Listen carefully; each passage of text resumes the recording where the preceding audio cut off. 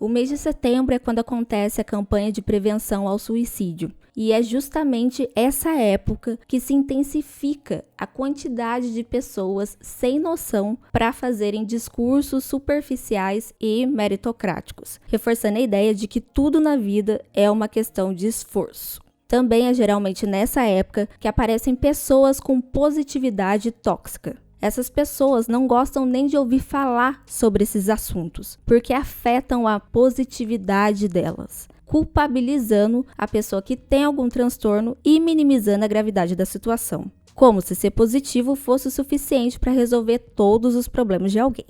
E não são só essas pessoas 24 horas por dia felizes e super esforçadas que aparecem nesse mês. Também tem as que viram anjos repentinamente em setembro, ou seja, são super engajados com a campanha em setembro, compartilham posts sobre isso, mas passam o ano todo fazendo piadas depreciativas com quem convive com algum transtorno. O ano todo culpando essas pessoas por elas serem como são ou terem o que têm, sem pensar que as próprias atitudes no resto do ano podem ter prejudicado a saúde mental de alguém. Esses discursos menosprezam a complexidade da situação. Tudo é reduzido somente a escolhas pessoais. Tentar reprimir a existência de algo negativo só faz o problema ganhar mais força, desmerece sentimentos e invalida a realidade das pessoas. O mês de setembro serve para que a gente possa aprender mais sobre depressão e como ela age, mas também em como devemos agir diante dela. Que se cuidar e se reeducar não são atitudes opostas, mas que devem ser feitas em conjunto, ou seja, a importância de cuidar de si não exclui o dever de respeitar o outro.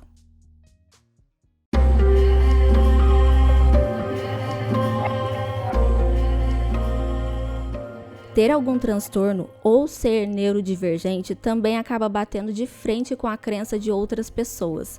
Historicamente, as religiões são instituições de ordem social. No contexto brasileiro, falando especificamente da instituição cristã, eles trabalham em cima de dogmas que pregam muito além dos princípios bíblicos e altruístas. Existem princípios políticos, econômicos, de controle social, portanto, as religiões têm sua parcela de culpa por internalizar a psicofobia na sociedade, demonizando e negando a existência da doença, prometendo cura, promovendo a culpabilização das pessoas doentes e até capitalizando com a fragilidade mental dos outros. Uma pessoa que tenha ou não uma crença está sujeita a ter ou desenvolver algum transtorno. Ninguém garante que a religião vá fazer alguém adotar hábitos mais saudáveis, que ajudem a viver melhor. Portanto, a religião pode ou não, de alguma forma, ajudar. Nada substitui a ajuda dos profissionais de saúde e dos tratamentos corretos.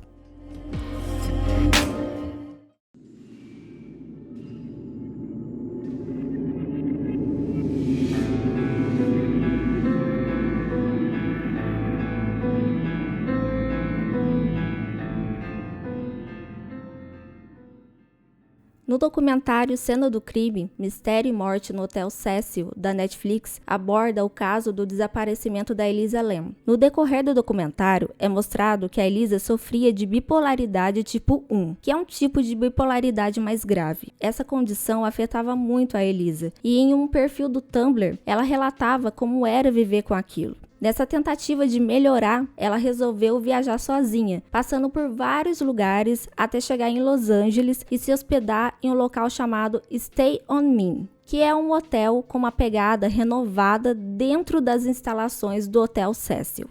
A gerente da época fez o Stay On Me dentro do Cecil, separou alguns andares para o hostel e manteve o Cecil com seus inquilinos fixos nos andares de cima. Tudo era bem dividido, com exceção dos elevadores, que eram os mesmos para todo o prédio. Ou seja, foi uma tentativa da administração do hotel de renovar sua imagem e camuflar a história e má fama do Cecil.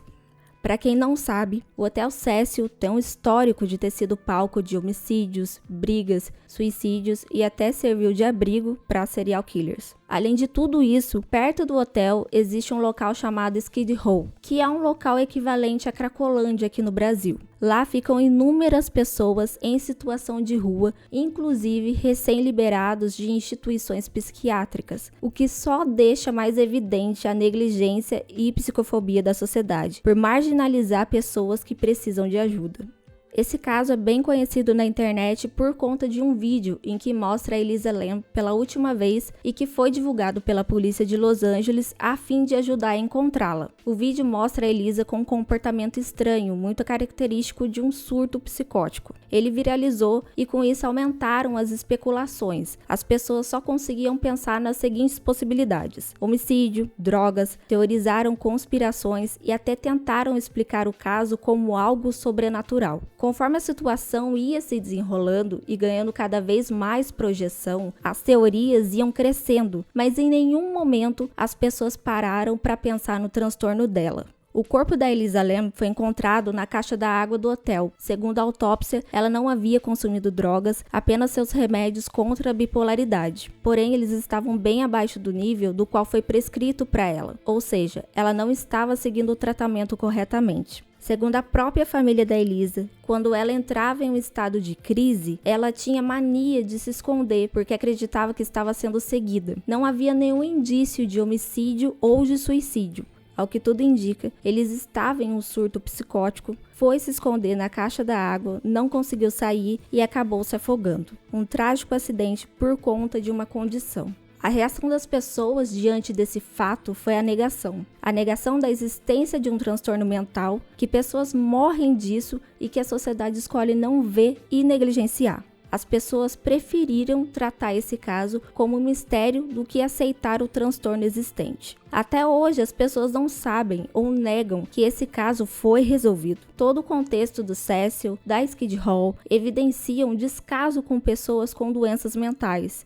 Isso só mostra o desconhecimento das pessoas acerca de doenças ou transtornos psiquiátricos. Como a sociedade reduz pessoas nessas condições a estereótipos, que estigmatizam esses indivíduos e os colocam como iguais, ignorando suas vivências, anulando seus sentimentos e particularidades. Também mostra como a sociedade subestima a gravidade de doenças mentais e é negligente com essa realidade, preferindo acreditar em conspirações e até mesmo em histórias de assombrações e possessões demoníacas. As pessoas com transtorno são apagadas e excluídas na sociedade, e quando casos assim ficam evidentes, a negação é a primeira reação. A sociedade culpa essas pessoas por serem como são e as tornam problemas. Quando o pior acontece, ainda assim tentam arrumar desculpas e até chegam a culpar a pessoa pela sua hospitalização ou pela sua morte.